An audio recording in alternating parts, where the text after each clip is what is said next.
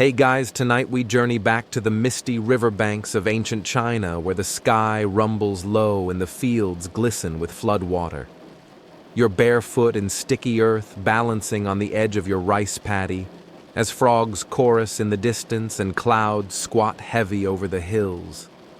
The air smells like wet grain duck feathers and the metallic promise of rain again. You live in a village snug against the banks of the mighty Yellow River. Locals call it China's sorrow, which is poetic. And also, fair warning, the river giveth, but mostly it taketh your tools, your roof, sometimes your cousin's prized duck. The flood season always begins the same way, swollen skies, swollen knees, and the wet crunch of reed sandals against a path that used to be your back garden. So before you get comfortable, take a moment to like the video and subscribe, but only if you genuinely enjoy what I do here.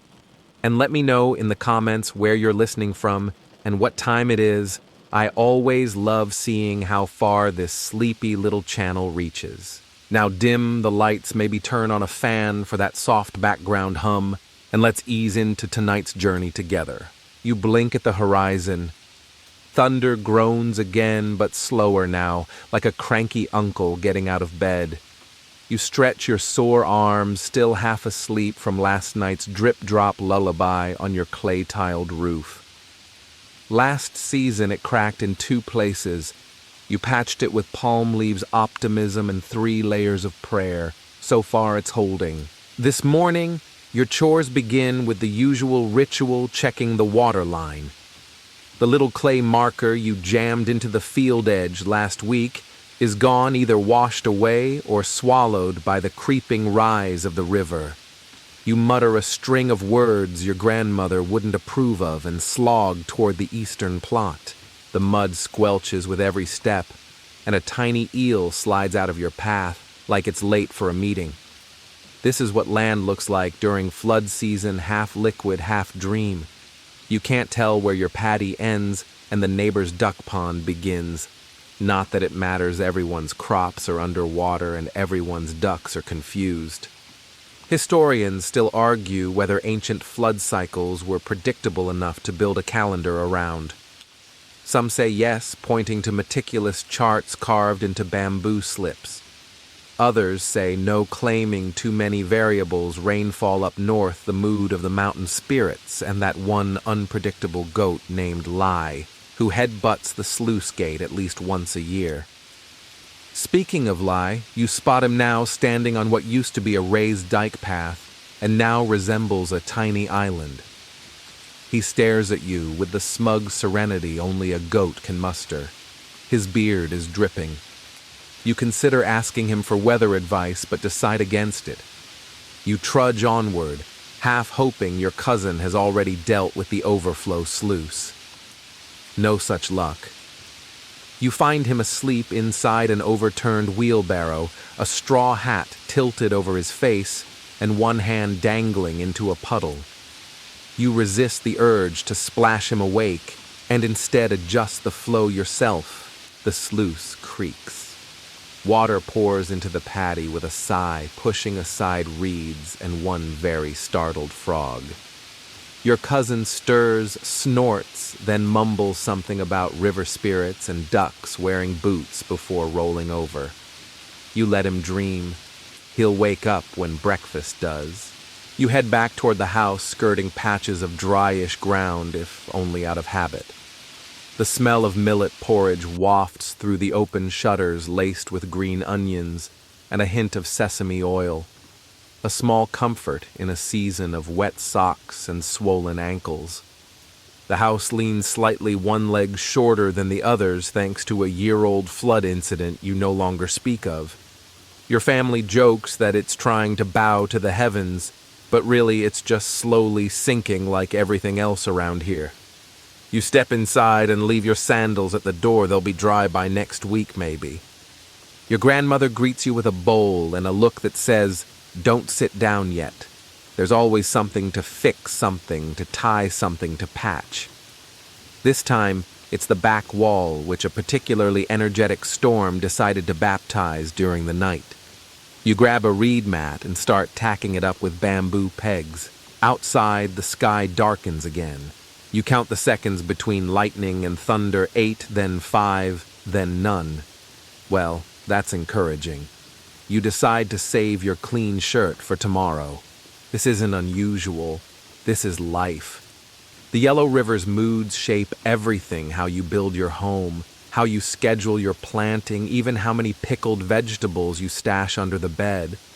You once tried to count how many flood seasons you'd lived through but lost track after your fingers ran out.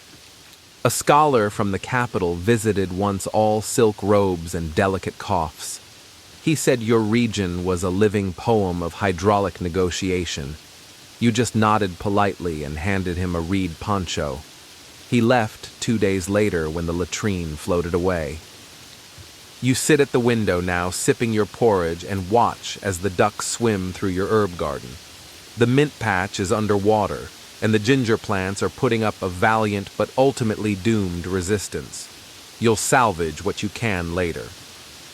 For now, the water is only ankle deep. That counts as a good day. By mid-morning, the rain has lightened to a lazy drizzle, the kind that soaks you without ever quite feeling like it's raining.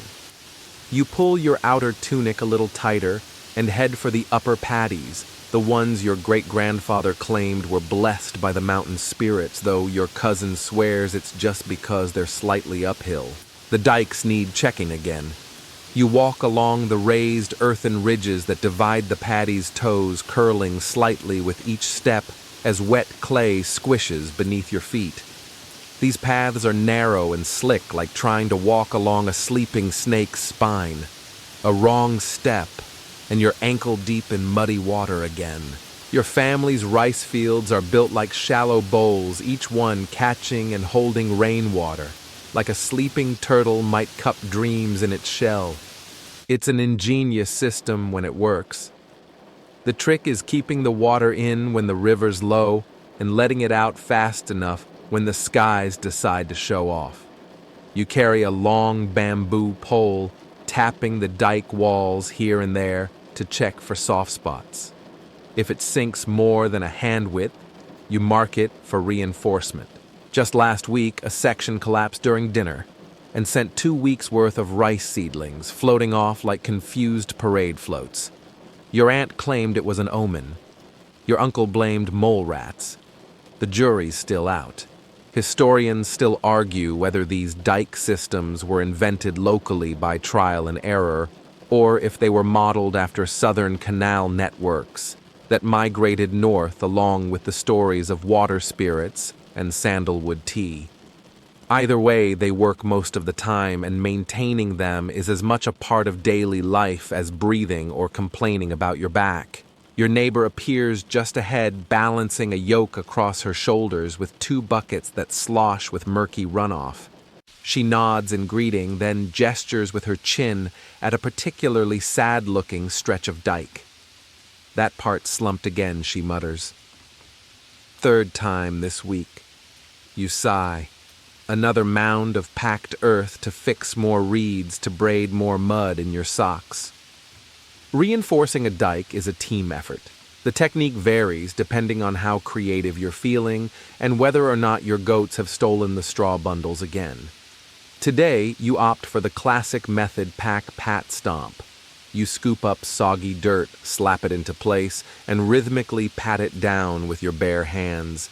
Then you stomp it like you're squashing grapes that deeply offended you. The sky rumbles. Not thunder this time, just a long, slow complaint. You pause and listen, counting the layers of sound wind in the reeds, ducks gossiping someone's flute, warbling a tune so sad it could curdle tofu. It's oddly peaceful here, surrounded by a landscape that constantly threatens to devour itself.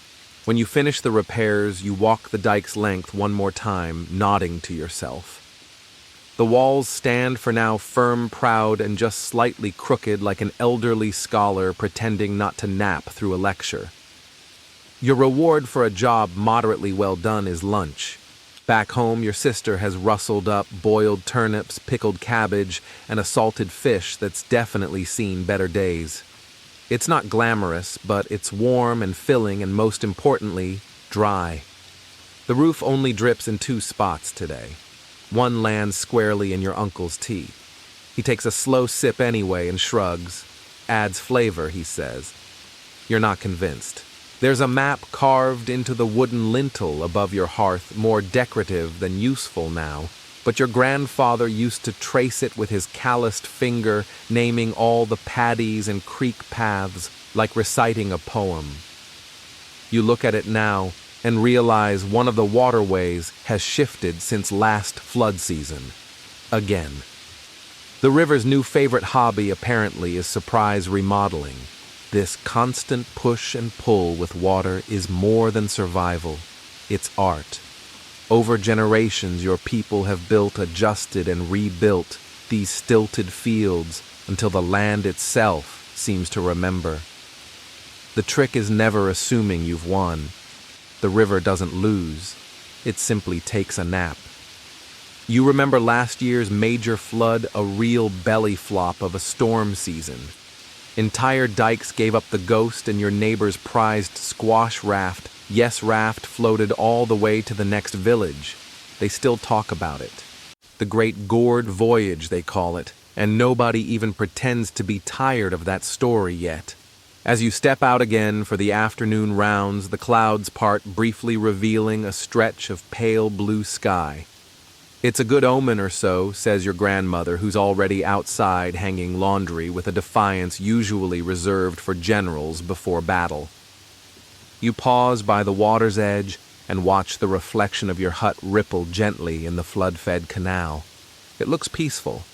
Not dry exactly, but patient, enduring, like it knows this isn't permanent. You hope it's right. A few children run by trailing streamers and shouting about a carp sighting near the old weir. You smile. Flood season isn't all bad. There's something about the chaos, the shared effort, the mud-caked laughter that stitches the village together more tightly than any woven mat could manage. Even when you're ankle-deep in runoff and the mosquitoes are throwing a concert on your neck, there's beauty in the balance. It's a soggy, slow-paced dance, and you're getting better at it every year.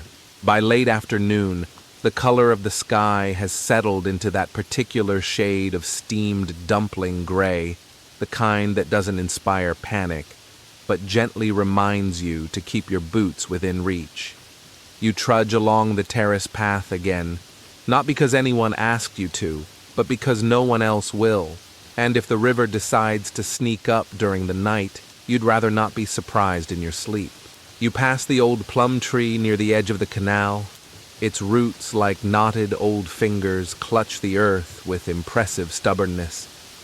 Some say that tree's been there since the first emperor wore his hair in top knots. Others say it's haunted. Either way, the blossoms smell nice when they're not soaked. Along the water's edge, you crouch to inspect the weir gate. It's made from a patchwork of bamboo slats, wrapped with rope and optimism. You tug gently at the binding, still firm. The gate controls how much water enters the paddies from the main canal. Too much, and the plants drown. Too little, and they go crisp before harvest. You're not saying rice is picky, but rice is picky. Nearby, a toad watches you with the same blank expression you give tax records. It blinks slowly, unimpressed. You offer it a nod and move on. Back in the village, a group of elders are gathered around the communal planning board. It's not an actual board, mind you. It's a big flat rock with circles etched into it, and small tokens made from stones and pottery shards. They call it the flood game, and while it looks like they're just playing with pebbles, this is serious business. It's how the village decides which fields get drained first if disaster strikes. You once suggested they use ink and paper instead, and the silence that followed could have frozen soup. Historians still argue whether these local flood games were derived from early military strategy simulations or if they evolved independently as a kind of hydrological chess. Either way, watching the elders reposition bits of broken bowl to signify sluice gates and imaginary rain clouds is both mesmerizing and vaguely threatening. You pause to listen, as Old Master Fei, who's been alive longer than anyone thinks is reasonable, describes the way the river curved 50 years ago, before some fool planted bamboo where it never belonged. He spits into the dirt with finality. No one argues.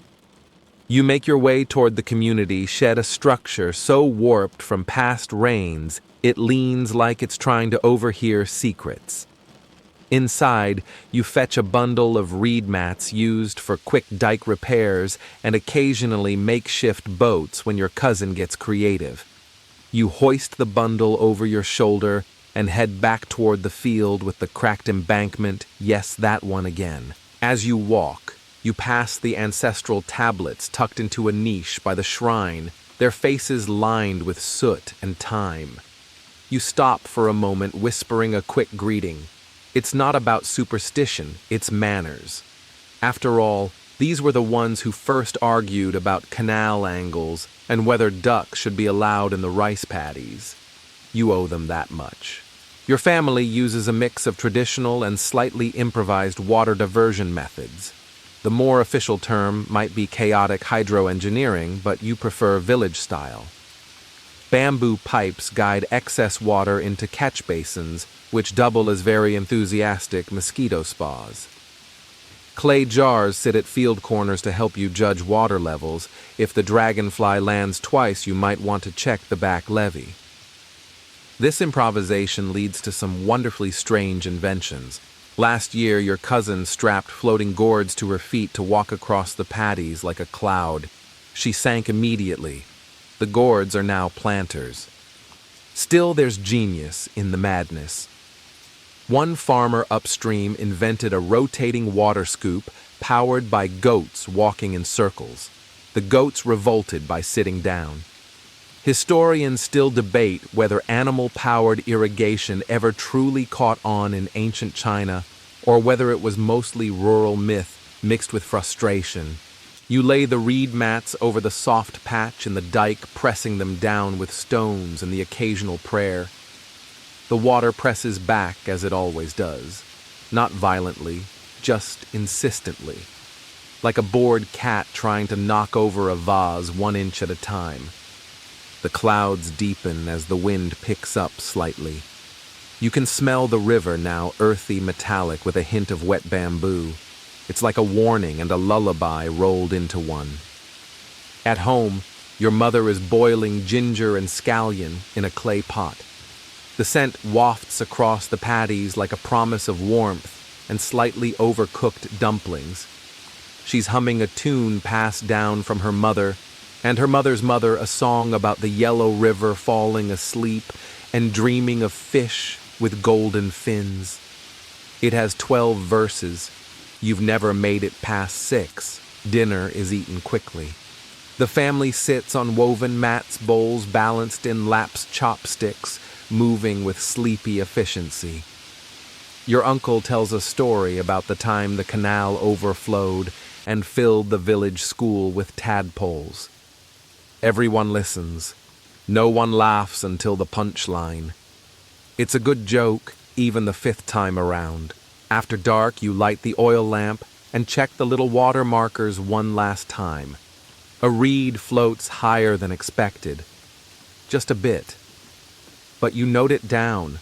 This is how the river talks softly, slowly, just enough to keep you paying attention.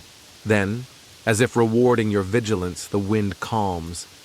The sky lightens a shade and a few stars appear flickering like sleepy fireflies on laundry day. You exhale shoulders, relaxing the mud on your boots, now more decoration than burden. The flood hasn't come. Not yet. And with luck and a few more reed mats, it might not. For tonight at least, the water stays where it should. The rooster doesn't crow so much as gargle his way into the morning. You wake up not because he's loud, but because the sound is so profoundly confused that your brain refuses to let you sleep through it. Blinking against the pale light slipping in through the paper shutters, you stretch and roll off your straw mat with the grace of a tired turtle. The floor creaks under your feet the way it always does when humidity has taken the wood's spine. You splash your face with water from a basin which is colder than expected. Your hands tingle slightly, nature's way of saying, "Good morning, I'm still stronger than you." Breakfast is already bubbling in the corner. A thin rice porridge with a few preserved turnip slices floating in it. You eat in silence, with your family occasionally nodding at each other in approval of the temperature or texture. No one speaks about the river yet. It's a small superstition you don't bring up its name before the first meal, as if the river might be eavesdropping and decide to rise just to prove a point. Out in the fields, a new task awaits, reinforcing the terrace ledges with grass plugs and foot-stomped clay. It's not glamorous. In fact, it feels suspiciously like stomping mud pies into place, and the smell is equal parts pond and regret. But it works. The roots hold the earth together like a big, muddy friendship bracelet. As you dig your toes into the soft ledge, you spot a child from the next farm overbalancing on a narrow beam across the drainage canal. He's got a stick and is pretending to duel an imaginary flood. You nod respectfully. That's probably the most helpful kind of magic. Now comes the part you're least fond of: cleaning the sediment traps. These are clever little pits designed to catch silt before it enters the main canal. They're also home to leeches' lost sandals and the occasional frog who's clearly rethinking its life choices. You squat down, grab the woven skimmer basket, and begin scooping muck. The smell isn't awful, it's just deeply earthy, like fermented memories. With each scoop, you uncover tiny fragments of pottery, lost buttons, and once a miniature carved turtle. Historians still argue whether such objects were offerings to river spirits or simply junk swept in by careless feet.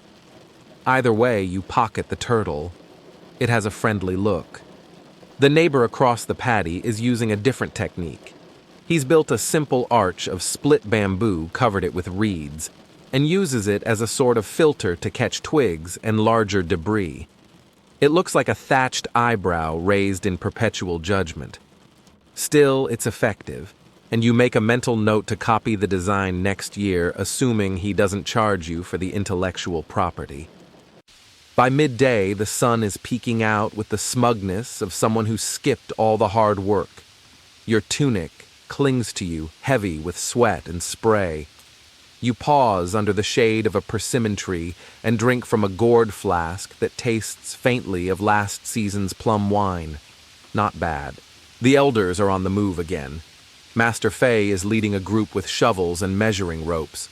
Today they're checking the height of the canal berms compared to last year's water line. A young boy trails behind them holding a clay tablet with notches and marks scratched in it, what passes for engineering records in this part of the province. "Too low," mutters Fei, poking the edge with a stick. "It needs at least one more foot of packed earth. 2 if we're unlucky." You sigh and shuffle toward the storage hut, where bundles of dried reeds, buckets of clay, and a suspiciously large mound of snail shells await. The snails, it turns out, make excellent fertilizer and marginally less impressive snacks, depending on how you cook them.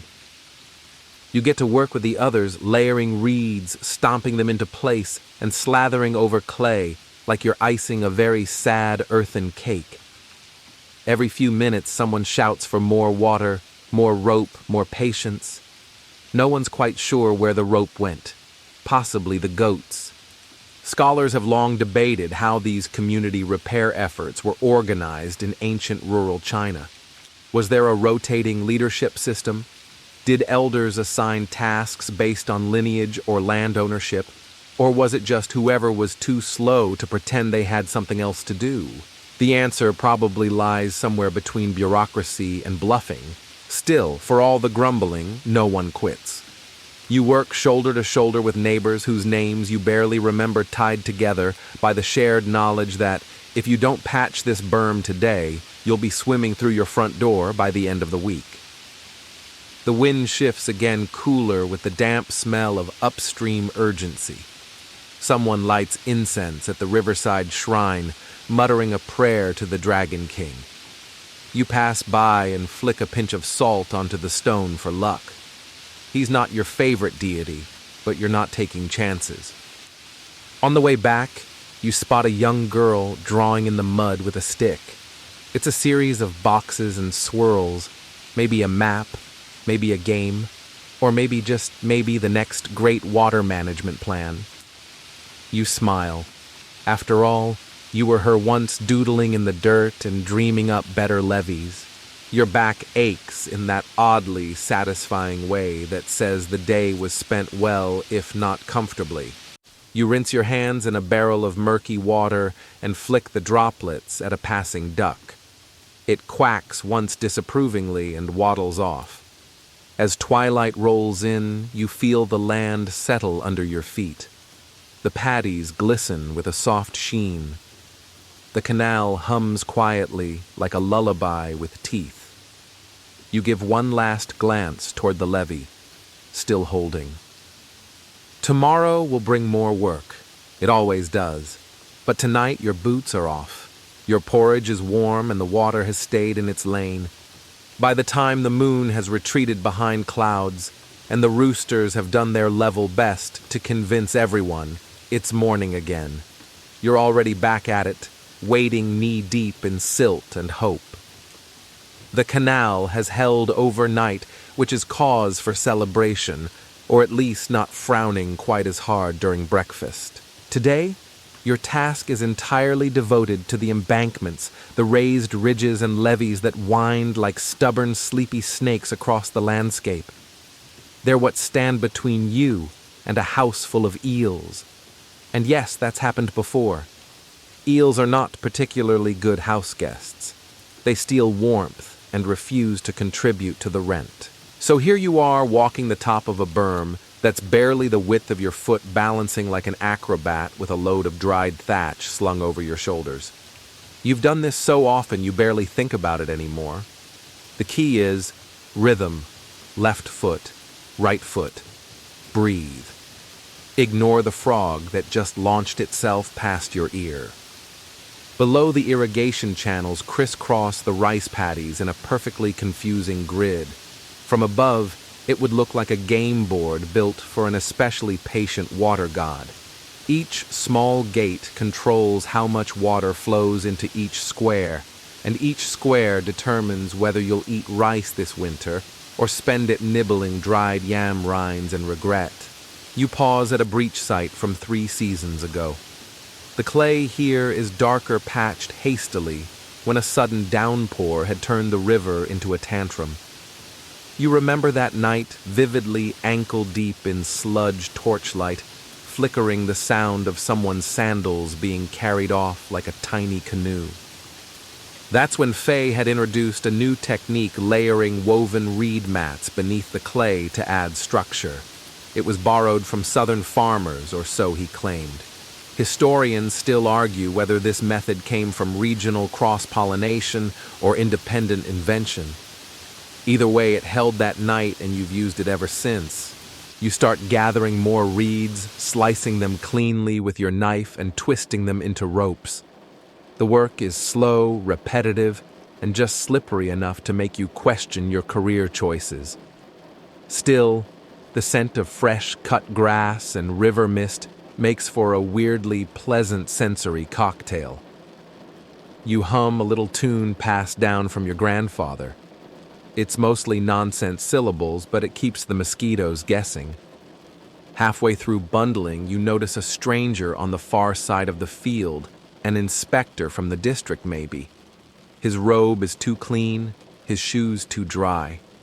He's making notes on a bamboo scroll and occasionally frowning at the levees like they've personally insulted him. You wave, and he responds with the universal gesture of carry on, peasant. Charming. Apparently, the central authorities have begun tracking flood damage more closely in recent years. There's talk of tax breaks for communities that maintain their defenses well and steeper penalties for those that don't. As always, when it comes to the state, The rules are as slippery as the banks you're standing on. You return to the reed mat, securing it to the inner wall with sharpened bamboo pegs. The smell of clay thickens around you. As you press it in, you notice a trail of tiny footprints, a badger maybe, or a mischievous dog with no sense of timing. The weather is holding today. The sun peeks in and out like a lazy supervisor, but you keep one eye on the mountains anyway. That's where the real trouble starts. The rains fall there first unnoticed until a day or two later the river swells like a stomach after too much dumpling soup. That's your window 2 days of guessing how bad it's going to be. You stop for lunch under the eaves of the tool shed. Cold millet cakes with salted vegetables. Nothing fancy, but you're too hungry to complain. A few other workers join you, swapping exaggerated tales of past floods like the one where old Joe swears he saw a carp swim through his front door, pause, and nod before vanishing. You sip some weak barley tea and glance toward the river. It's quiet now, pretending innocence. But you know better. Back on your feet, you join a crew reinforcing a vulnerable corner where the bend in the canal has eroded the bank. This is a precision job. Too much clay and the water pressure may cause it to burst. Too little and you'll be doing this again tomorrow. You pack the earth like you're tucking it in for a nap, firm, even gently persuasive. You notice someone using fishnet scraps as reinforcement layered beneath the clay like thin, flexible armor. It's a clever trick. Historians debate whether such poor man's geotextiles were widespread innovations or just one-off improvisations. Either way, it's impressive what people can do with leftovers and desperation. The light begins to fade again. It's golden now, the kind of soft gold that makes you think everything's fine, even if it isn't. You walk the embankment one last time, checking for cracks or low spots. Your boots squelch a little with each step. At the far end, you meet a woman from the next village who's been digging a bypass trench with her sons. She offers you a rice dumpling in thanks for lending her your shovel earlier. You accept it with a bow, even if your back screams in protest. Walking home, you pass the old watchtower. No one uses it anymore, but it still stands half-rotted and charmingly defiant. Someone has carved a poem into the base. The river sleeps now, but keeps one eye open. You tap the post gently, a quiet thank you, or maybe just superstition. As you settle down for the evening, the sounds of frogs tuning up in the canal are joined by a soft splash, some creature out for a stroll. You light the small oil lamp by the doorway, sip a final gulp of warm water, and stretch your feet toward the fire pit. The embankments are patched, the reeds are tight, the river is where it should be. For tonight at least. Sleep comes quickly after a day spent wrangling clay and swampy logic, but just as quickly the morning returns, dragging its pale light and damp socks with it. There's a peculiar smell in the air today. Not bad exactly, more like anticipation left out in the humidity overnight. Something is shifting and you feel it before you know it. Your task this morning isn't in the fields or even along the canal banks. Today, you're headed upstream. Quite literally, in fact. With a long walking stick in hand and a straw cape draped over your shoulders to keep the mist from slapping you too enthusiastically, you set off toward the mountains. It's not a casual stroll, this is reconnaissance peasant style. The path hugs the river, which is already louder than you'd prefer. You step over slippery stones and past the occasional frog that looks deeply offended at being disturbed. Soon the tidy paddies give way to wild growth ferns, bamboo, and the occasional tree that seems like it might prefer to be left alone. You're looking for 3 things: debris caught in the bend's blockages that could redirect the water when the rains arrive, and most importantly, the subtle rise of the waterline along the stone markers carved by your ancestors. A system of flood forecasting that's part science, part folklore, and part seems higher than usual. About 2 li up the slope, you come across the remains of a makeshift dam built by a group of villagers last season, bundles of logs and mud bricks now partially collapsed. It held long enough to redirect a flood around their fields. Whether it was legal or not, well, historians still argue whether such unauthorized diversions were tolerated in practice or cracked down on with the subtlety of a tax audit.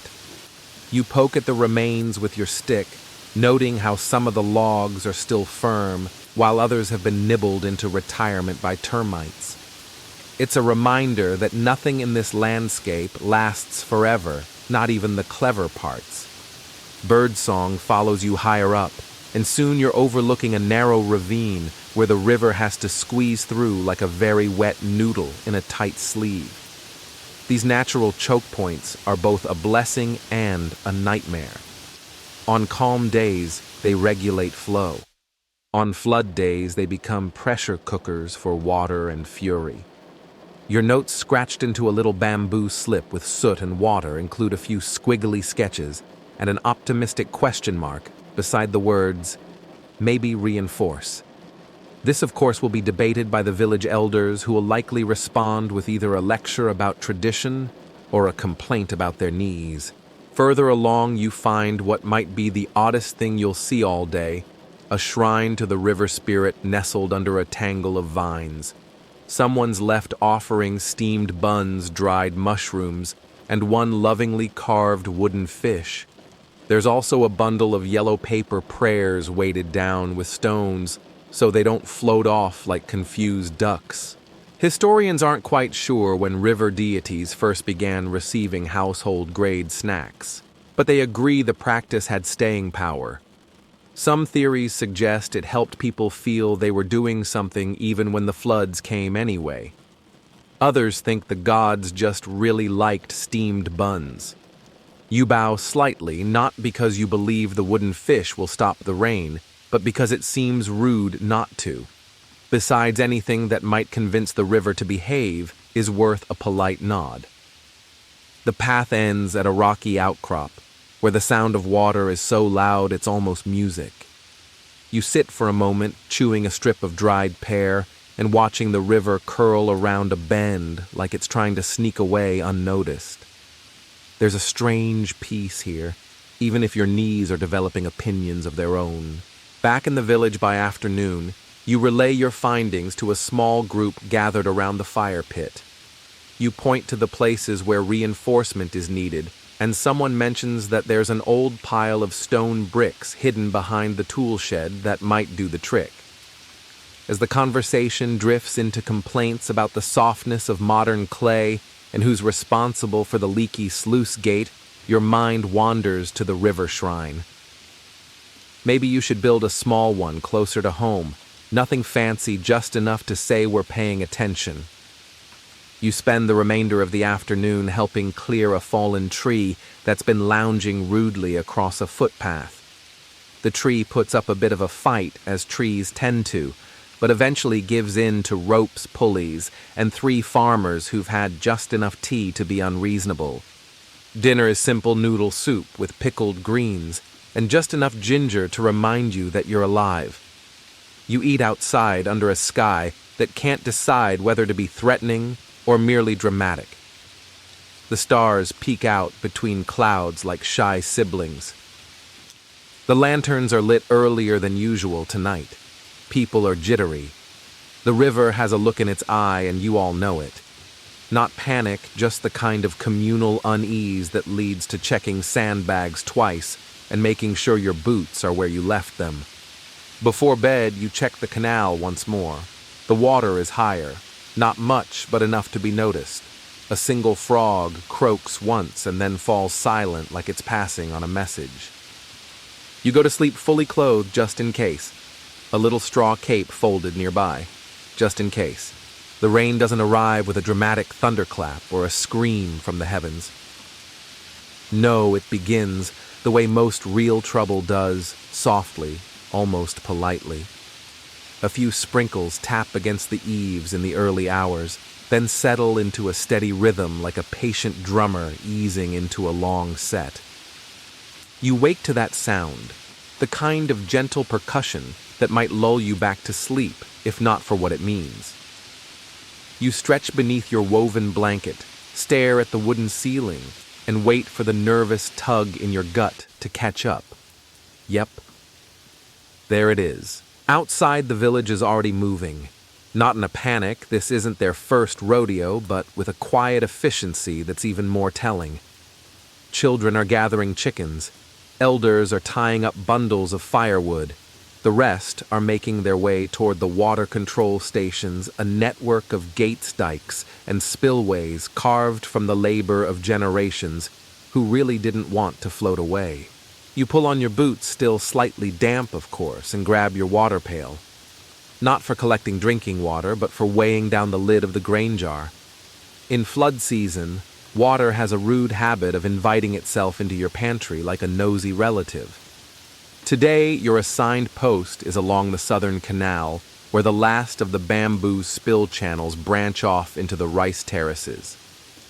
You arrive to find your neighbor Jin already there, chewing on what looks like a questionable plum and poking the sluice gate with a stick like it owes him money. Together you inspect the weirs, those clever, slightly mystical wooden barriers that can be raised or lowered to direct water flow.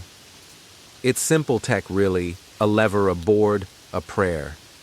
You lift one gate an inch, just enough to send a trickle into a side channel, and immediately the water behaves like a sulky cat finding a warm spot. It slithers off obediently. This is how your ancestors learned to live with floods, not by stopping them, but by persuading them to visit elsewhere. Controlled inundation, they called it. Better to let the water roam where you say than have it burst in uninvited.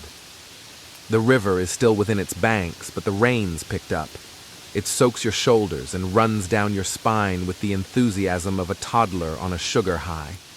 Still, you keep working, tying reed bundles, wedging loose stones, and muttering quiet encouragements to the water, as if it might listen. By midday, the soil around the paddies has darkened to the color of rich ink, and the air smells like green things plotting a takeover. Jin brings over a bamboo cup of warm rice wine, and you toast not to success, but to survival with all your limbs still attached. It's the small victories. A group of teenagers arrives with buckets and long-handled scoops. Their job is to clear any debris from the upper channel branch's leaves, or as happened last year, one very confused turtle. The kids work quickly, partly because they're good at it, and partly because they've all heard what happens when a blockage gets ignored. Let's just say it involves a lot of mud and some dramatic falling noises. Over in the northern plots, you hear someone shouting about ducks again. Apparently the neighbors' waterfowl have decided the stormy weather is ideal for an impromptu field trip. You can't see them from where you stand, but you imagine a line of smug, waddling escapees marching down the dike like they own the place. Your feet are soaked, your hands are raw, your stomach is threatening open revolt, but still you don't stop. Because here's the thing about ancient Chinese flood season: it wasn't just a natural event, it was a community ritual, a test of teamwork, stubbornness, and occasionally who could yell the loudest while holding a rake. You and Jin managed to shore up the lowest wall just in time. A rush of water barrels through the side channel a moment later, and you both laugh in that kind of "we could have died, ha-ha" way that makes your ribs ache. Back in the village, the communal fire pit has been lit early. Someone's boiling congee, a sticky rice porridge with bits of pickled radish and a generous splash of sesame oil. You hover near the steam hands out like a scarecrow begging for warmth. The elders huddle together, arguing softly over whether the river upstream has breached its bank yet. Historians still argue whether these village councils followed strict hierarchies or ran more like organized chaos powered by tea and sarcasm. From your position, it's clearly the latter. One elder pulls out a folded paper charm painted in red ink and tied with hemp string. He tucks it into the thatch above the doorway, not because it's guaranteed to help, but because it's what his grandfather did, and sometimes tradition is a more comforting umbrella than anything made of oilcloth. As night falls, the rain slows just enough to be annoying rather than alarming. You eat a quick dinner, stir-fried river greens and salted fish, then join the others doing a final perimeter check by lantern light. You pause by the upper channel watching it burble like a baby dragon trying to practice intimidation. The sound is oddly soothing now, like a reminder that everything is still moving, still flowing, still alive. Sleep doesn't come easily tonight. Not because you're scared, but because your brain is still splashing around, reviewing every bamboo gate and reed wall like a nervous manager before a company inspection. You lie there in the dark, listening. Not just to the rain, but to the earth, the water, and the long, quiet breath of a village that survived flood after flood, storm after storm, for more generations than you can count. And you think maybe that's enough to get through one more. By morning, the rain has grown moodier, less like a drummer and more like a very passive-aggressive harpist. It doesn't pour, but it refuses to leave, just sort of lingers in the air like a wet thought. You wake up before dawn again, because that's just what you do this time of year. There's something about the threat of rising water that shortens your REM cycles. Stepping out into the gray light, you glance at the yard markers, a set of smooth stones stacked waist-high near the back wall, their job purely ceremonial but oddly reassuring. The bottom 2 stones are soaked. The third is still dry, so not quite pack up and climb a mountain territory. Yet. Today's work is the kind that wears your bones down one polite request at a time, bundling rice seedlings, shifting sacks of millet, and reinforcing the outer walls with river silt and reeds. Flood preparation isn't glamorous, it's mud and repetition and an endless rotation of straw hats so soaked they may as well be noodles. Still, there's a rhythm to it. Your hands move without thinking, twisting reeds into tight knots, pressing them between slats of timber to form makeshift barriers that might hold for another day. It's the same rhythm your parents used, and their parents, and probably their pet goat if goats had opposable thumbs. Mid-morning brings a curious distraction. A group of traveling bureaucrats in elegant robes, their sleeves clearly not designed for mud or effort. They've arrived to inspect the village waterworks, which mostly means standing on dry platforms and gesturing vaguely while someone else carries their tea. You watch them from a safe distance, amused. These officials bring scrolls and diagrams and a lot of confident head nodding. One of them pulls out a scale model of the Yellow River's floodplain, all tiny canals and miniature trees. It looks like a dollhouse for aquatic ants. The village headman bows with just the right amount of sarcasm, hidden behind his polite smile. Everyone knows the inspection is mostly for show. Still, it's tradition, and in a way, even the posturing has its place. It reminds you that your efforts aren't just practical, they're part of something bigger. A shared fiction that, if honored correctly, might keep the gods from washing your whole livelihood into the next province. You head back to the fields with a fresh task, digging a new runoff trench.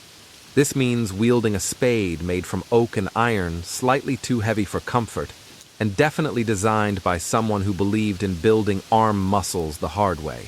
As you carve through the damp earth, the smell of wet clay rises around you, pungent, ancient, and oddly nostalgic.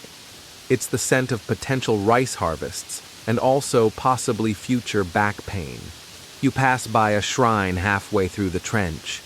It's small, just a weather-worn stone with offerings laid around its base, an orange, a cup of wine, a folded slip of bamboo with someone's handwriting on it. You pause and add your own contribution, a handful of rice and a whispered thought. Something like, "Please don't flood my house again this year," but phrased more diplomatically in case the local river spirit is touchy. This, too, is part of the process. Not just dikes and spillways, but small acts of respect to forces you can't control. Historians still debate whether these practices were born from religious fervor or just pragmatic anxiety. After all, if you're living under constant threat of watery doom, you might as well hedge your bets. By late afternoon, the clouds finally break for about 6 minutes. A sliver of sun slides out and immediately starts baking the top layer of mud into a crunchy shell. You enjoy it while you can, standing there like a solar-powered scarecrow. Then just as quickly the sky closes again. It's the sort of weather that would drive a modern meteorologist to tears. But for you, it's just another Tuesday. Inside the granary, a small team is organizing stores. Jars of fermented tofu, bundles of dried lotus root, enormous clay vats of pickled mustard greens that smell exactly as exciting as they sound. It's oddly comforting to know your survival rests partly on foods that double as nose-clearing agents. The kids help too, carrying tiny baskets, counting dried persimmons, arguing over which jar might contain last year's disaster of plum paste experiment number 4. You smile at them. Their energy is chaotic but useful, and their presence is a quiet reminder that all this preparation isn't just about surviving floods. It's about preserving childhoods, however muddy they may be. Later, you join your neighbors in sealing the outer floodgate, a large wooden contraption reinforced with rope stones and silent prayers. It takes 6 people to maneuver it into place, like a particularly stubborn door on a ship that forgot how to float. You wedge the final plank into its slot and step back. It's not beautiful, it's not elegant, but it holds. And for now, that's enough. Evening arrives with a slow sigh. The rain hasn't stopped, but it's grown lazy, as if it's too tired to do any real damage. You eat a warm meal by candlelight sticky rice steamed pumpkin and a small cup of plum wine that definitely doesn't taste like last year's jar. Progress.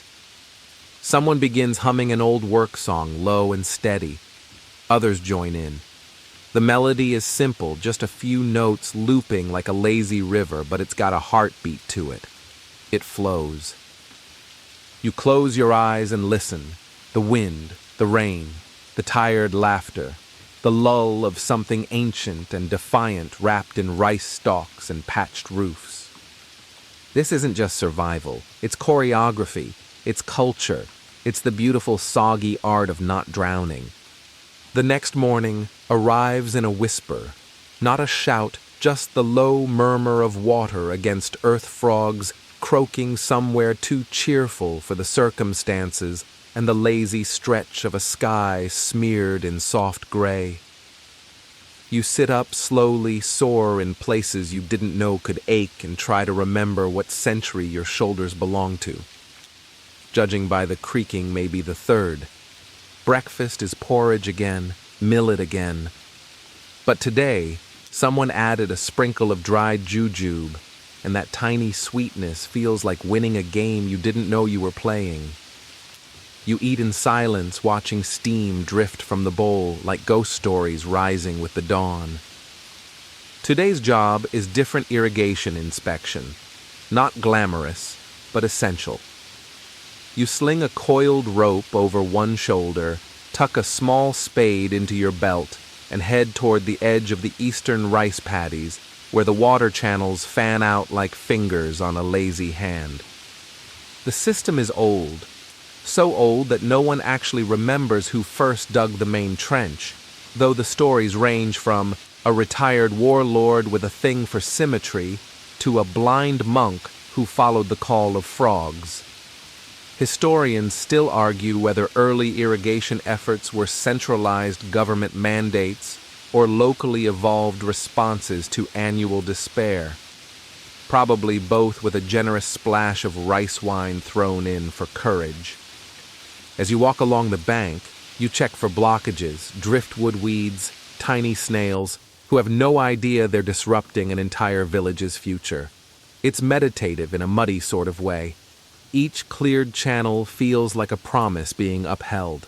You pause at the first sluice gate, tugging at the reed mats used to control water flow. They're heavy with moisture and stubborn with age, like an old uncle who knows exactly how annoying he's being. You mutter something encouraging and give the lever a polite but firm shove. It groans, then yields. A gentle stream of water begins to trickle where it's supposed to. One victory for Team Dry Feet.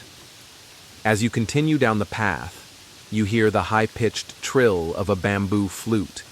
It's coming from a boy sitting on a rock legs, swinging over a narrow canal. He nods as you pass, but doesn't stop playing. The melody is unfamiliar, but comforting, looping in a way that suggests he's not in a hurry to be anywhere else. Maybe that's the secret to staying sane out here, knowing when to work and when to play badly tuned wind instruments at the water. By midday, your clothes are damp, your sandals are questionable, and your patience is holding on by a reed stem. You stop at a shaded patch near an old stone marker and take a sip from your gourd. The water is cool and faintly bitter from the leaves steeped inside. Someone said it helps with swelling joints. Someone else said it was probably pondweed. You decide not to investigate further. Beside you, the canal bends slightly and disappears under a wooden walkway. The structure looks delicate, but it's held up for years, even through last year's flood when several pigs reportedly learned to swim by accident. You remember that chaos fondly now. Funny how near catastrophes turn into bedtime stories once enough seasons pass. You move on toward the spill basin, a wide flat area where excess water collects when the river gets too ambitious. It's mostly dry for now, just a puddle-ringed meadow full of dragonflies and hopeful frogs, but you know better than to trust that calm surface. The earth beneath is fickle. One heavy storm and this serene patch could become a churning soup of regret. Here you kneel and run your fingers through the soil, still firm, still breathable, still willing to drain. You nod as if thanking the ground personally. The flood gods haven't thrown their tantrum yet. Returning to the village is easier when you take the canal path, a raised walkway lined with flat stones that wobble just enough to keep you humble. Along the way, you spot several neighbors tending to side channels. One woman is knee-deep in water, dragging clumps of tangled grass from a pipe entrance. She waves face splattered in mud, and you wave back silently commiserating. Not far ahead, a group of older men is crouched around a pile of bamboo tubes. They're debating whether to replace the current spillway frame with a new design, one that involves less manpower, but might upset the ancestral blueprints. There's a lot of pointing, a few diagrams sketched in dirt, and one heated moment where someone accuses someone else of being all bucket and no brains. You offer a quiet suggestion, maybe add a reed lining to slow the flow. They nod thoughtfully. No one argues. Small miracle. You continue on proud to have contributed one decent idea today, even if it gets discarded in tomorrow's meeting. In the late afternoon, a messenger arrives from the next village over. He's young, very wet, and not thrilled to be delivering the news the upstream dike has sprung a leak.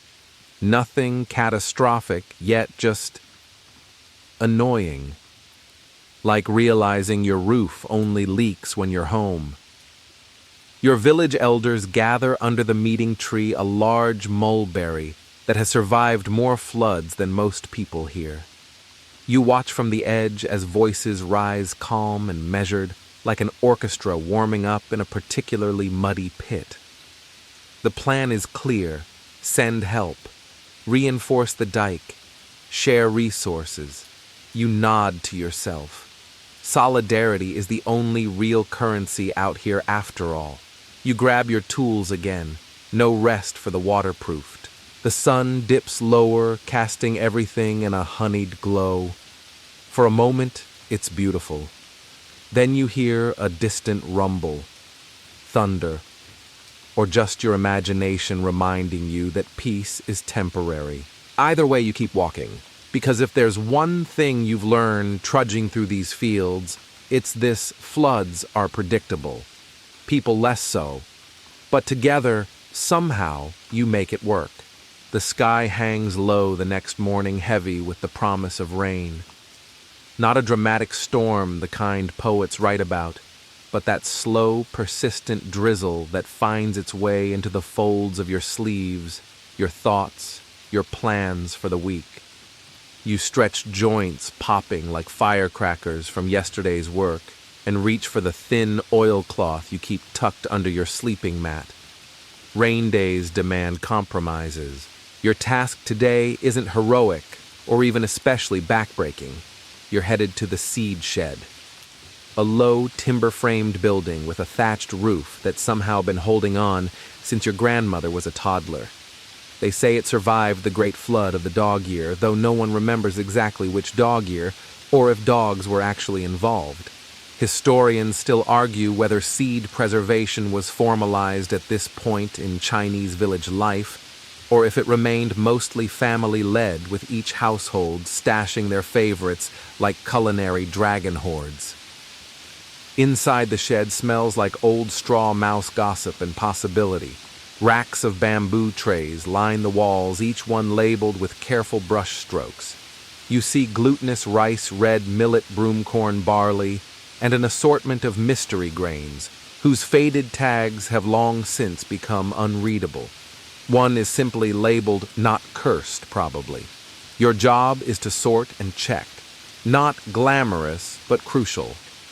You run your fingers gently through the grains, listening to the soft sound of them shifting, a miniature landslide in your hands.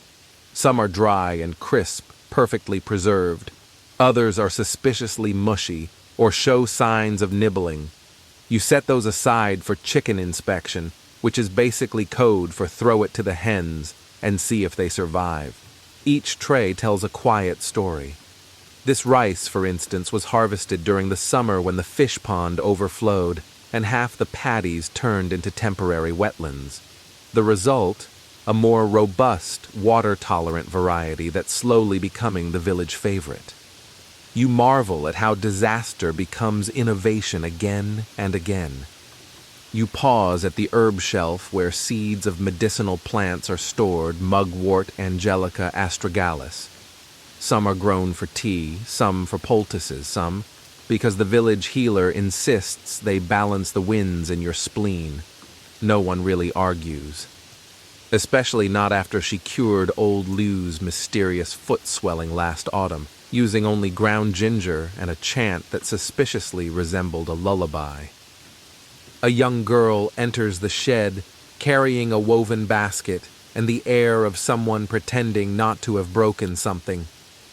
She asks timidly for bean seeds, the yellow ones, not the angry red ones, and you help her sort through the jars. She offers you a candied chestnut, in return sticky and slightly lint-covered. You take it anyway. Fair trade. After she leaves, you pull out the water storage scroll, an old bamboo document charting how much water the village expects versus how much it's already stored in ponds and cisterns. It's not an exact science. The ink blots in a few places and someone's spilled tea across the corner that holds the critical ratio column. But you squint and estimate that you're in decent shape. As long as the rains are polite this year, you hear laughter from outside and peek through the doorway to see several elders gathered around a small fire sheltering under a patchwork tarp. They're shelling walnuts and swapping flood stories. One man insists that during the great deluge of his youth, a pig floated into town on a wooden door and was adopted by the schoolteacher. Another claims he saw carp swimming in the well. You step out and join them sitting on a low stool that rocks slightly like it's debating its loyalty.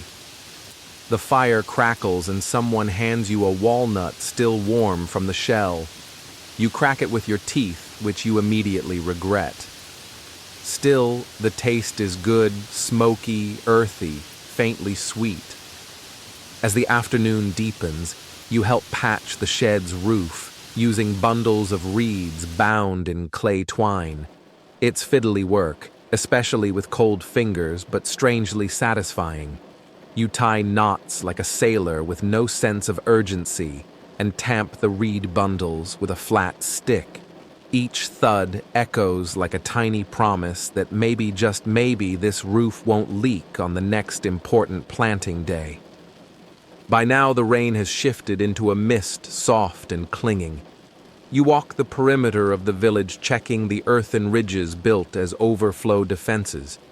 These small levees are reinforced each year with packed soil, woven mats, and whatever spare bamboo the carpenters are willing to part with. You press your hand to one solid damp and blessedly uncracked. A small toad watches you from a puddle with judgment in its eyes. You nod respectfully. Amphibians are basically the local weather prophets. Evening rolls in, wrapped in shades of gray. Someone lights a lantern near the communal kitchen, and the glow spreads gently refracted through the mist like melted honey. Inside, steam rises from giant pots, and someone is frying scallion pancakes on a flat stone griddle. You follow your nose like a hungry dog and accept one when offered. It burns your tongue just slightly, but you smile anyway. Later, you find yourself walking back to your quarters past the low patties that reflect the lantern light in gentle ripples. A pair of ducks waddle by, muttering to each other about who forgot the umbrella. As you crawl under your woven mat coverlet, you hear the steady rhythm of raindrops on the thatch above. Not a flood, not yet. Just rain being rain. And for tonight, that's enough. Morning sneaks in sideways, sliding through the gaps in your shutters like a nosy neighbor. You sit up slowly, back stiff from yesterday's roof work, and listen. No heavy rain, no frantic shouting. Just the soft shuffle of slippers on packed earth, the creak of distant wheelbarrows, and a rooster with no respect for your need to sleep in. You wrap your tunic around you and step outside, stretching under the hazy sky.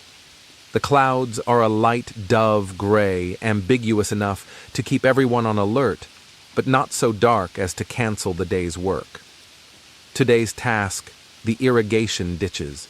Yes, the glamorous, mud-filled arteries of the village. The kind of job that builds character and possibly tetanus if you're not careful. You walk the narrow path toward the lower fields where the ditches crisscross like a woven mat left out in the rain. These are hand-dug shallow channels carved centuries ago and maintained by generations of farmers who knew better than to trust nature alone. The Yellow River has a bit of a temper after all. Historians still argue whether these early dike and ditch systems were primarily the result of top-down imperial policy or grassroots ingenuity from villagers like yours. Either way, you're the one ankle-deep in cold mud right now. You spot your neighbor Jin, a wiry man with a bamboo hat so wide it needs its own postal code. He's already knee-deep in one of the main ditches, poking at a blockage with a stick that looks suspiciously like a repurposed oar. You greet him, and he grunts in that good morning, now help me before I drown in sediment kind of way. Together you clear clumps of silt, floating weeds, and at one point a sandal that has clearly been on its own journey. It's too small for either of you, so you leave it perched on a rock.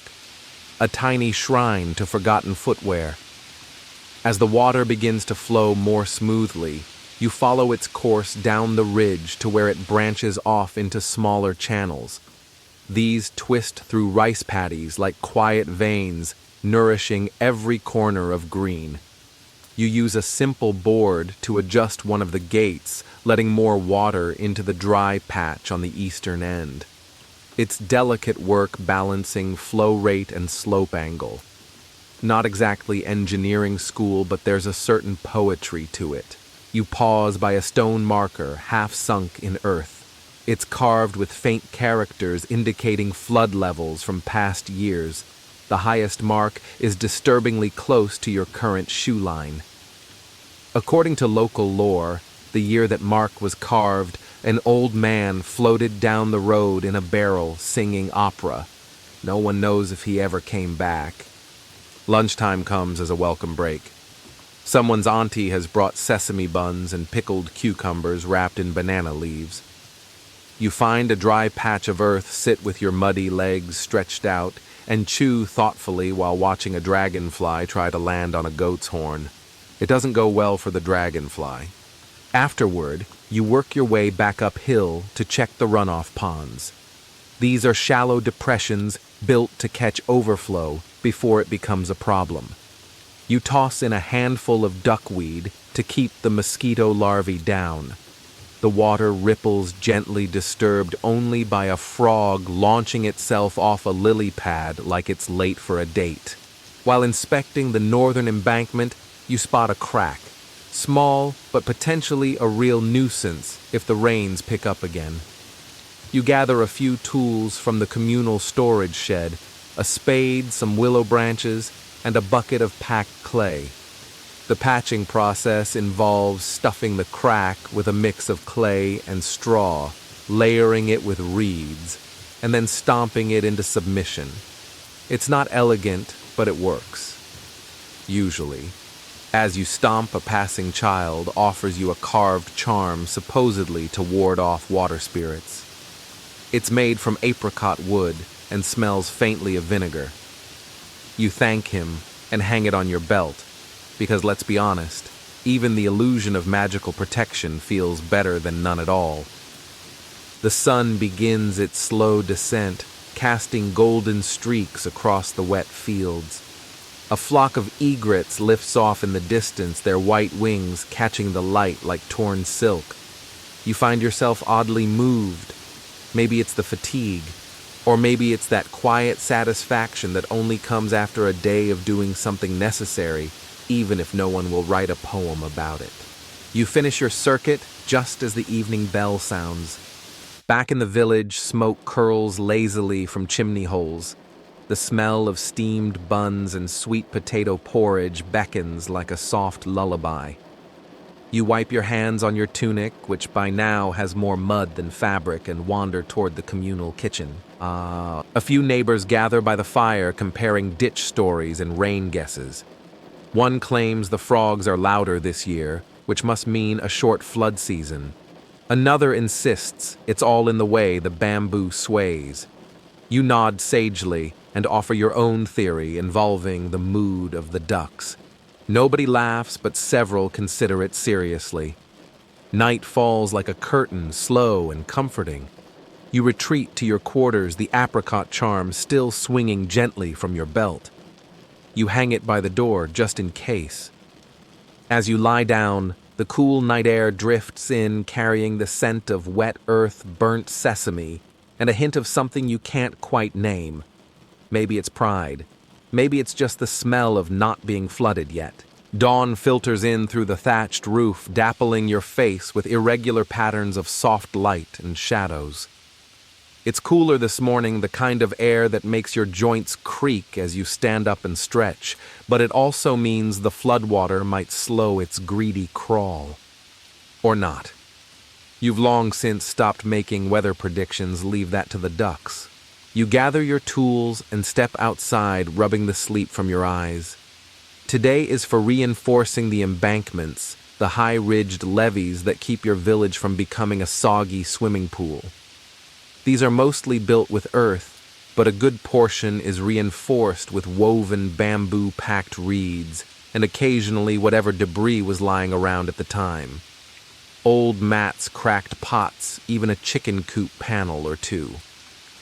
Resourcefulness is the name of the game when the river decides to play rough. You make your way toward the outer edge of the village where the land dips dangerously close to the river's seasonal tantrums. The embankment here curves like the back of a slumbering dragon, a protective barrier that stretches for several li. You walk the length with a few neighbors poking at weak spots, muttering to each other in the universal language of, "Do you think this will hold?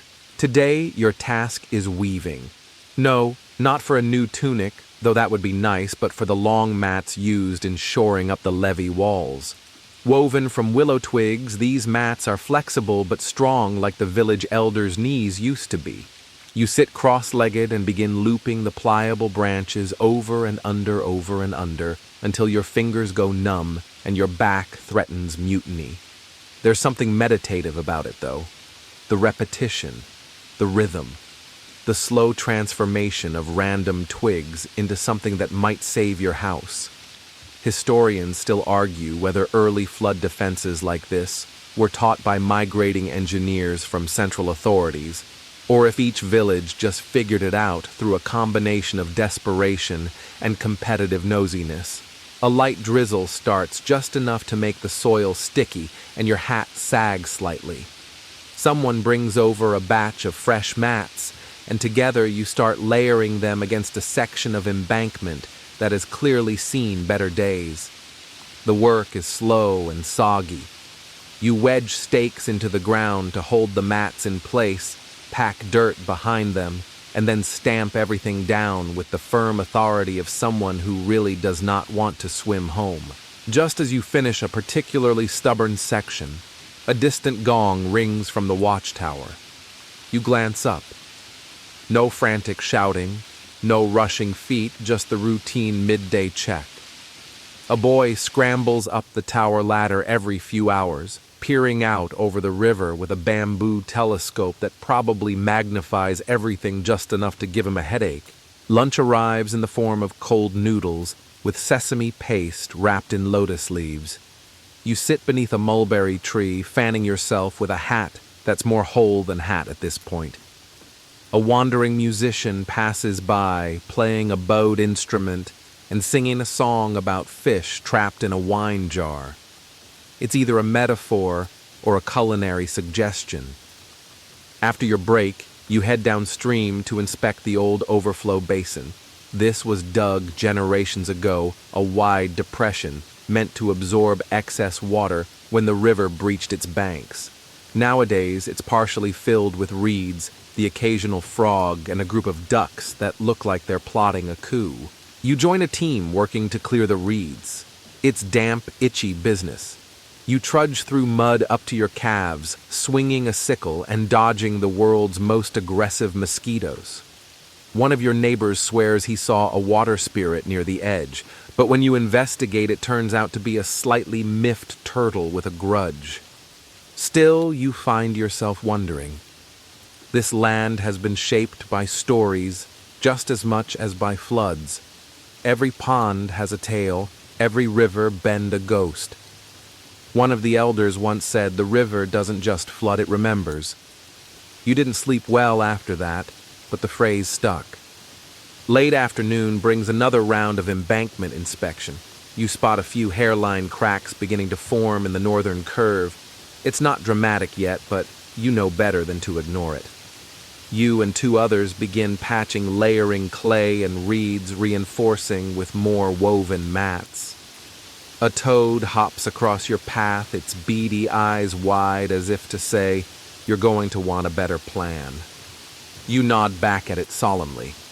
The wind picks up a little, ruffling your soaked sleeves and sending ripples across the rice paddies. There's a strange peace in this moment, the kind of calm that only comes from utter exhaustion, and the knowledge that you're doing everything you can, even if the river decides to throw a tantrum later. Before heading in, you plant a few more bundles of reeds near the edge of the basin. Not just for reinforcement, but because they look nice. A little greenery never hurt, and if the spirits are watching, maybe a bit of aesthetic appreciation will buy you favor. The sky shifts into its evening tones, smoky blues and deep purples, clouds gilded in fading sunlight. You trudge back to the village, legs aching, boots, squelching stomach, growling like an angry war drum. Dinner is a welcome comfort rice with preserved radish and a bit of steamed fish. You eat slowly, letting the heat of the food spread through you like firelight. Someone cracks a joke about how with enough patching your section of the levee is basically a house made of twigs. You laugh more out of fatigue than agreement. As night falls, you sit outside your hut for a while, watching fireflies flicker through the misty dark. The river hums in the distance, not quite threatening, not quite tame. You know it'll rise again. Maybe tomorrow, maybe next week. But for tonight, you've done what you could. And besides, you've got to trust your woven mats. Or at least the duck who watched you make them. You wake to a strange stillness. Not silence. No, the village is never truly quiet. But that particular type of hush that suggests something has shifted. A pause in the rhythm.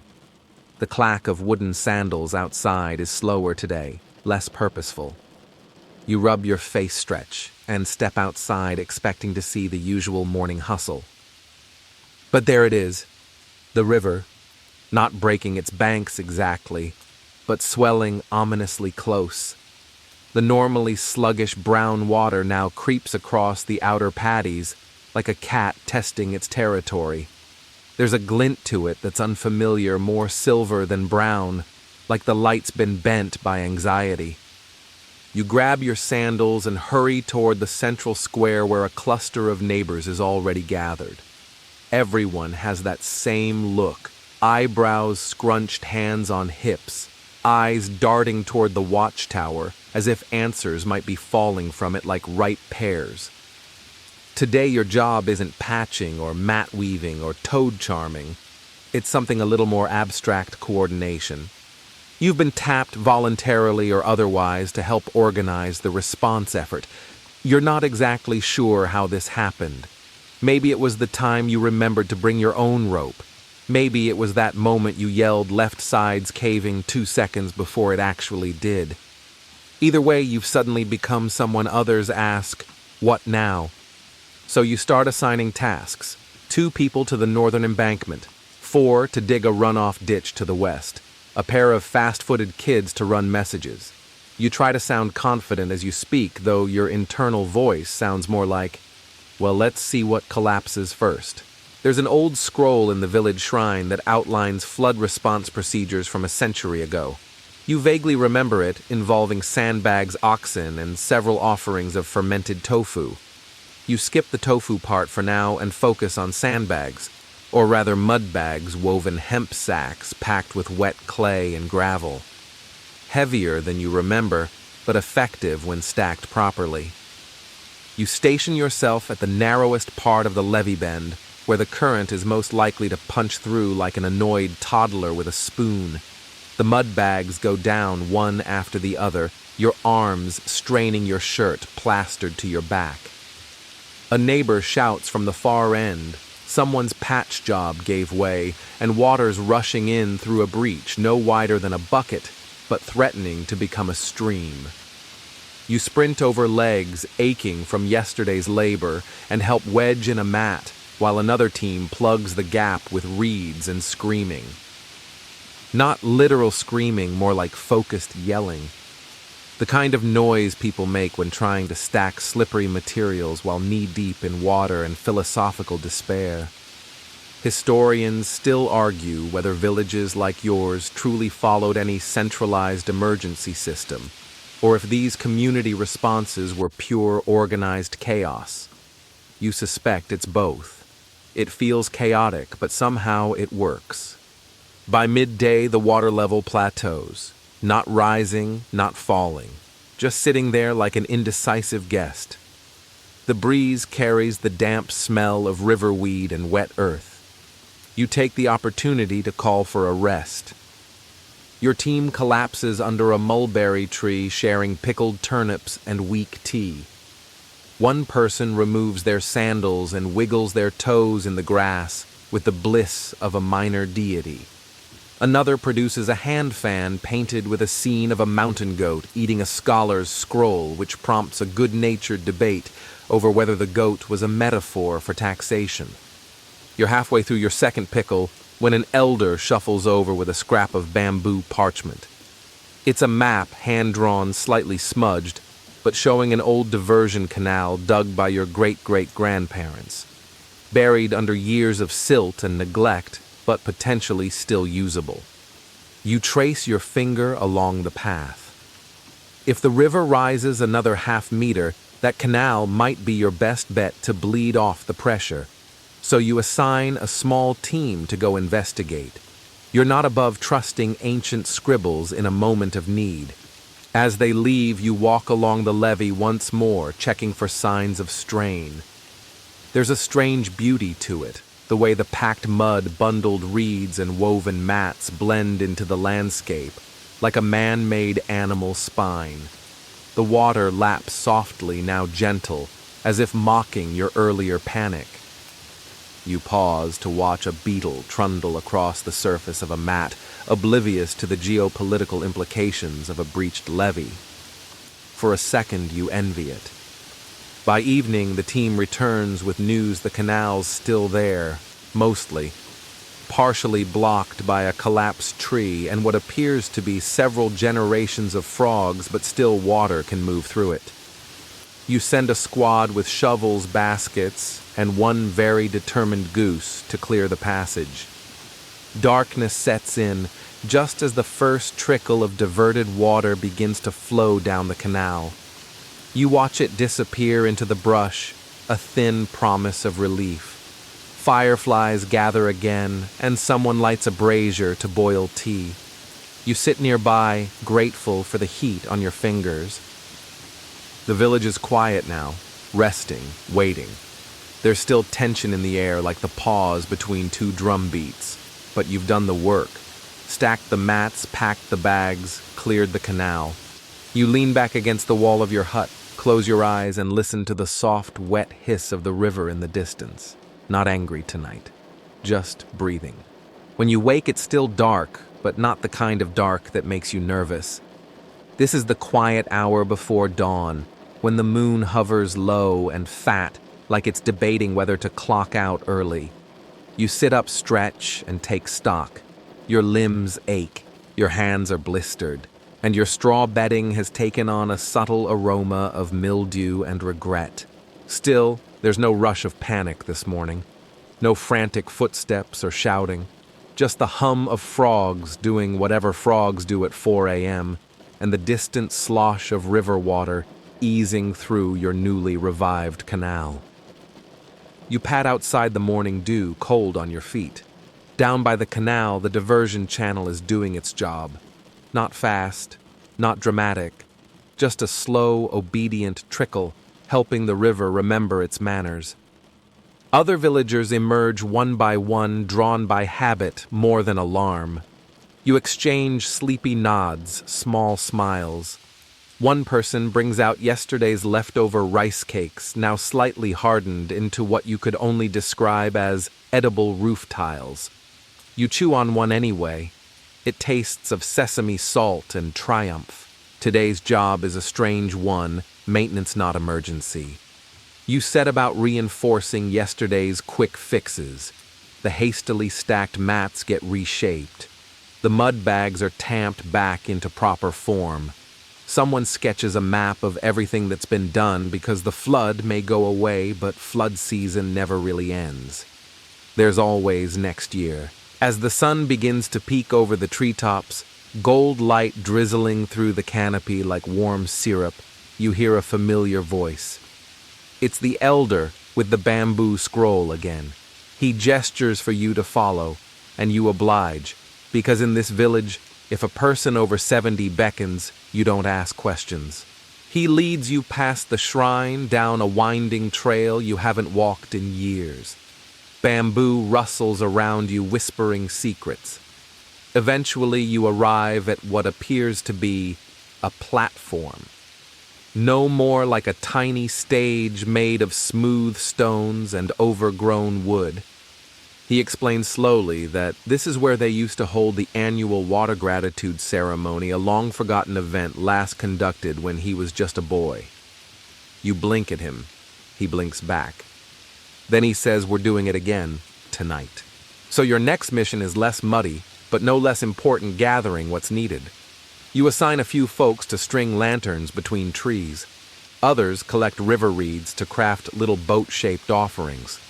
Someone digs out an ancient bronze bowl used to symbolically serve tea to the river spirits. You're skeptical at first. After all, the river didn't hold back because it wanted a party. But as the day wears on, something shifts.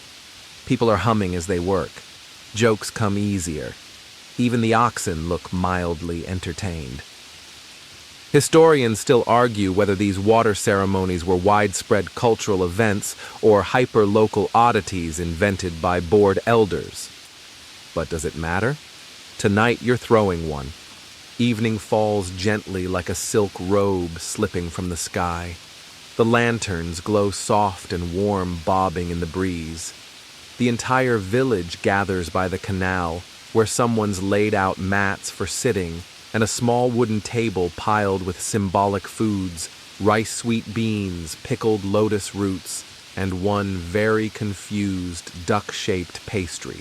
The elder begins with a chant, half remembered, half improvised.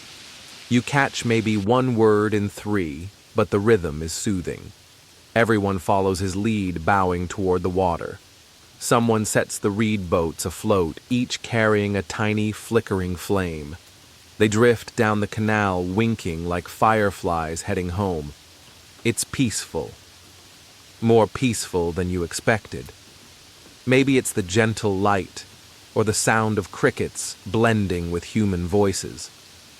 Maybe it's the fact that for the first time in days you're doing something that isn't urgent. It's just ceremonial, silly, sweet. As the final boat disappears around the bend, the elder turns to you and smiles. Not a wide grin, but one of those small, knowing ones that says, "We're still here." Back at your hut, you lie down and think about what's just happened. It's easy to overlook moments like this, but tonight feels like one you'll tuck away for later. A story to tell next flood season, or to whisper to someone younger under the same stars when it's their turn to watch the river swell. And besides, the duck-shaped pastry was surprisingly good. The floodwaters don't vanish overnight. Nature doesn't operate on your schedule, but they do recede. Slowly, day by day, the edges of the village reappear like lost socks turning up one by one. Rice paddies once underwater are now patchy green grids again. The walking paths are less soup and more squish. The pigs are back in their pens, although one in particular seems smugger than usual, having spent the week sleeping in the headman's hut, like a small, muddy emperor. You and your fellow farmers begin the long process of unflooding your lives. Tools must be recovered often from odd places. You find a missing hoe tangled in tree roots, and a rake embedded at a jaunty angle in the thatch of your neighbor's roof. No one wants to ask how it got there. There's a sense of exhaustion hanging in the air, but it's a proud kind of tired. The kind that says, "We managed it. You survived the river's tantrum. Again." You haul bamboo poles to reinforce outer banks, then reroute a small stream to feed a corner plot that actually benefited from the flood. It's amazing what one storm can destroy, and what it can fertilize. There's even a patch of wild mushrooms growing in an odd spiral formation by the compost pit. You point them out, but leave them be. Spirals feel like nature's way of saying, "Don't." As routine settles in again, the rhythm of rural life reasserts itself. Morning meals of congee, labor through the heat, communal tea in the shade. The oxen go back to their plodding, the chickens back to pecking, and the old man with the scroll returns to mumbling at fish. Balance, it seems, has been restored. Still, you can't help but feel changed by it all. There's a quiet pride in your gait, a small confidence in your voice when you offer suggestions at the next village meeting. Yes, you helped reroute a river, even if it was only slightly. Even if all you did was haul mud and listen when someone older told you where to dump it. Historians still argue whether these communal recovery efforts were top-down imperial orders or bottom-up peasant initiatives. Likely the truth, like your straw hat, lies somewhere in the muddy middle. But regardless of who issued the commands, it was everyday hands like yours that built, braced, and bailed. And those hands deserve a break. So today, the elders decide to mark the return to normalcy with a little celebration, not a grand festival, just a modest post-flood feast. There's pickled radish scallion cakes, sticky rice dumplings tied in string, and even a battered bronze pot of sweet wine warmed over a crackling fire and poured into clay cups that don't quite match. One neighbor brings his bamboo flute. Another hums an old harvest tune. The music is slightly off-key, but it makes the toddlers clap and the elders sway, so it's perfect in its own wobbly way. As twilight settles in, you lean back against a half-dried haystack full and finally wonderfully still. A breeze stirs through the trees, carrying the smell of earth and river and steamed turnip. Someone beside you mumbles a toast too quiet to hear, but you raise your cup anyway. You think about the coming seasons, the planting, the waiting, the watching skies, and the knowledge that yes, the river will rise again, but so will you. The night ends not with a bang, but with quiet laughter and creaky joints. One by one, people head home, trailing fireflies like lanterns on invisible strings. And as you lie down that night, full belly and muddy feet, you don't dread tomorrow. You're not anxious for the next rain. You're just content. You settle into your straw mat limbs, loose breath deepening. The sounds of the village have faded now, no hammers, no water sloshing in buckets, no murmurs of planning or worry. Just the slow, sleepy exhale of a place finally at rest. Outside your window, the last of the fireflies blink lazily over the canal, their tiny lights bobbing like dreams on the surface of the water. The river, once wild and restless, now glides silently by, grateful perhaps for being noticed. Or maybe just too tired to cause more trouble tonight. The stars peek through bamboo leaves above you, flickering behind drifting wisps of cloud. The air smells faintly of earth-damp straw and a hint of burnt sesame from someone's over-enthusiastic snack attempt. You let the scents and the stillness wash over you like warm water cupped gently over your skin. The memory of splashing in the canal as a child comes to you, how even then the river always felt like a thing that watched, waited, remembered. Not cruel, not kind, just ancient. Older than maps, older than names, a presence. And yet somehow here you are, still here, still breathing, still part of the story. So you roll over, listening to the faint creak of the beams above you. The fan turns softly nearby, and the world begins to stretch, to blur, to slow. Your breath steadies, your shoulders sink. There will always be another season, another flood, another morning when the sky darkens and the chickens panic. But for right now, everything holds. The river is quiet. You are safe. And the night, soft and patient, waits for you to dream.